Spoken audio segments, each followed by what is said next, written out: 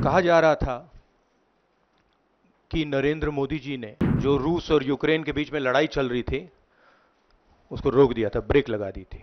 Israel और Gaza के बीच में जो लड़ाई चल रही थी उसको भी नरेंद्र मोदी जी ने रोक दिया था। जो हिंदुस्तान में पेपर लीक हो रहे हैं उसको नरेंद्र मोदी रोक नहीं पा रहे हैं या रोकना नहीं चाहते हैं।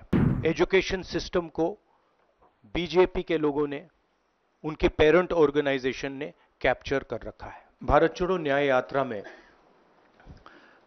मणिपुर से हम महाराष्ट्र गए और रास्ते में हजारों युवाओं ने कंप्लेन की थी कि हिंदुस्तान में नॉन स्टॉप पेपर लीक होते हैं।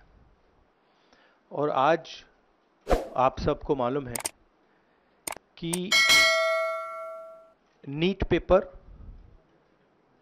एंड यूजीसी एनईटी के जो पेपर्स हैं वो लीक हुए हैं और एक कैंसिल भी हुआ है। कहा जा रहा था कि नरेंद्र मोदी जी ने यूक्रेन की लड़ाई रोक दी थी। मतलब एक ऑर्डर देके जो रूस और यूक्रेन के बीच में लड़ाई चल रही थी उसको रोक दिया था, ब्रेक लगा दी थी। इजराइल और गाजा के बीच में जो लड़ाई चल रही थी उसको भी नरेंद्र मोदी जी ने रोक दिया था। मगर किसी ना किसी कारण जो हिंदुस्तान में पेपर लीक हो रहे हैं उसको नरेंद्र मोदी रोक नहीं पा रहे हैं या रोकना नहीं चाहते हैं। नुकसान स्टूडेंट्स का होता है। जो हिंदुस्तान के स्टूडेंट्स हैं, मैं जानता हूं कि आप इन एग्जाम्स के लिए महीनों सालों काम करते हो। ये आपका फ्यूचर है और आपके फ्यूचर से खिलवाड़ किया जा रहा है। मध्य प्रदेश में व्यापम हुआ और अब उस व्यापम को नरेंद्र मोदी जी और उनकी सरकार पूरे देश में फैलाने का काम कर रही है। मैं इंस्टीट्यूशनल कैप्चर की बात करता हूं, मीडिया की बात करी, अलग अलग हिंदुस्तान के जो संस्थाएं हैं उनकी बात की। यही एजुकेशन इंस्टीट्यूशंस में हो रहा है। पेपर लीक का कारण है कि सारे के सारे वाइस चांसलर्स, एजुकेशन सिस्टम को बीजेपी के लोगों ने, उनके पेरेंट ऑर्गेनाइजेशन ने कैप्चर कर रखा है। जब तक ये कैप्चर रिवर्स नहीं किया जाएगा तब तक पेपर लीक चलता जाएगा। इस कैप्चर को फैसिलिटेट नरेंद्र मोदी जी ने किया है और ये एक एंटी नेशनल एक्टिविटी है क्योंकि ये देश का भविष्य है और इससे हिंदुस्तान के युवाओं को, स्टूडेंट्स को जबरदस्त चोट पड़ती है। इंक्वायरी चल रही है, एक को आपने कैंसिल कर दिया है, अब पता नहीं दूसरे को कैंसिल किया जाएगा या नहीं किया जाएगा, बट कोई ना कोई तो इसके लिए जिम्मेदार है और उनको एकदम पकड़ा जाना चाहिए और उन पे एक्शन लिया जाना चाहिए। हमारे मैनिफेस्टो में हमने लिखा था, देखिए दो तीन चीजें हैं।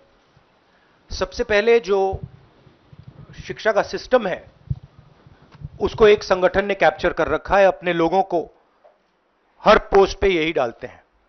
वाइस चांसलर्स की लिस्ट निकाल लीजिए, पता लग जाएगा। तो इसको रिवर्स करना होगा।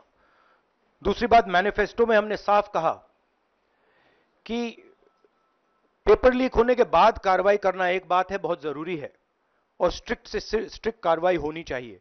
मगर हमने यह भी कहा था कि पेपर लीक होने से पहले जो सिस्टम्स हैं, जो यूनिवर्सिटी के एग्जाम्स के रूल्स हैं, सिस्टम्स हैं, इनको फिर से असेस करना पड़ेगा, इनको स्टडी कर कर रीडिजाइन करना पड़ेगा। ये दोनों काम हमने अपने मैनिफेस्टो में साफ लिखे हैं और विपक्ष दबाव डालकर ये दो काम सरकार से करवाने की कोशिश करेगा।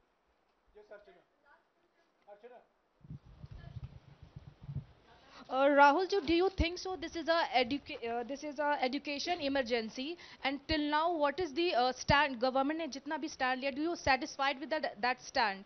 और सर मेरा दूसरा सवाल भी है, जिस तरीके से आप आज स्टूडेंट से मिल रहे हैं, आज नीट Let के me answer the question. See, there is a huge pressure on our students, and the pressure comes from a number of directions. The first direction is the large scale unemployment that is there in the country. Everybody understands it, everybody knows it, and one of the reasons the government suffered in this election was that all youngsters believe that Mr. Modi is incapable of solving the employment problem. So that's the first thing. Second thing is there's huge pressure because of this, and there are very few avenues for students in all areas, right? So you've cut off the job avenue. Now you're cutting off the exam avenue. You're saying, you know, you can take an exam, you can study, you can work as hard as you want. On the last date, we're going to tell you that the exam is cancelled. So, you know, that avenue is also shut. You've shut avenues like Agniveer. You've shut avenues like the public sector. So the youth of India have nowhere to go. It doesn't matter whether you're an IIT graduate, IIT student, or you're trying to join the army. The youngsters in India simply have no way through. And it's not just a educational crisis. It's a crisis in pretty much every sphere that we are facing. Now, before the elections, it was very clear that there was massive control of the media, massive control of the other institutions, so people were quiet. Now people are very clear that we're sitting on a disaster, and we've got a government that is crippled, cannot do the job. It's literally walking around on one leg, right? So, yes, it's a crisis. It's a profound national crisis. It's an economic crisis. It's an educational crisis. It's an institutional crisis. So, but I don't see any response. I don't even see the capability of a response, right? So, हाँ नहीं one second, Bihar का भैया हमने कहा है कि inquiry होनी चाहिए, और जो भी जिन्होंने भी पेपर लीक कराया है उनके खिलाफ कार्रवाई होनी चाहिए।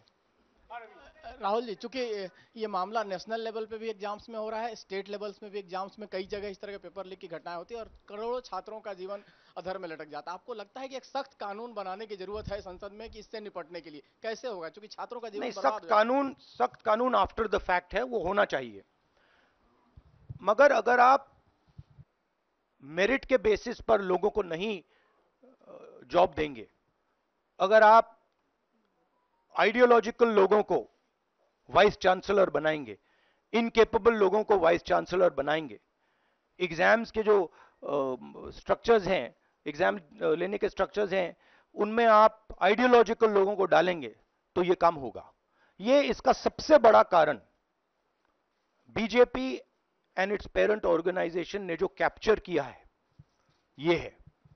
और अगर आप कल्प्रिट ढूंढना चाहते हैं तो मैं आपको बताता हूं जिन लोगों ने हिंदुस्तान के इंस्टीट्यूशंस को डिस्ट्रॉय किया है, जो पहले ऑब्जेक्टिव हुआ करते थे, इम्पार्शल हुआ करते थे, वो आज इम्पार्शल नहीं है, ऑब्जेक्टिव नहीं है, आइडियोलॉजिकल बना दिए गए हैं और मीडियोकर लोगों को इन इंस्टीट्यूशंस में बैठा दिया गया है। इसका मेन कारण यह है, और इसका आप एपिसेंटर देखिए, पूरा देश जानता है, युवाओं आप सब जानते हो कि इसका पहले एपिसेंटर मध्य प्रदेश हुआ करता था, वहां पे 40-50 लोगों की हत्या हुई थी, ये तब शुरू हुआ था। आप जानते हो कि गुजरात में, उत्तर प्रदेश में और मध्य प्रदेश में इन चीजों का एपिसेंटर है। और आप ये भी जानते हो कि बीजेपी के लोग कहते हैं कि हमारी लेबोरेटरी मध्य प्रदेश और गुजरात है। तो लेबोरेटरी से यह काम शुरू हुआ है और अब यह काम देश में फैल रहा है और आपका इससे नुकसान हो रहा है।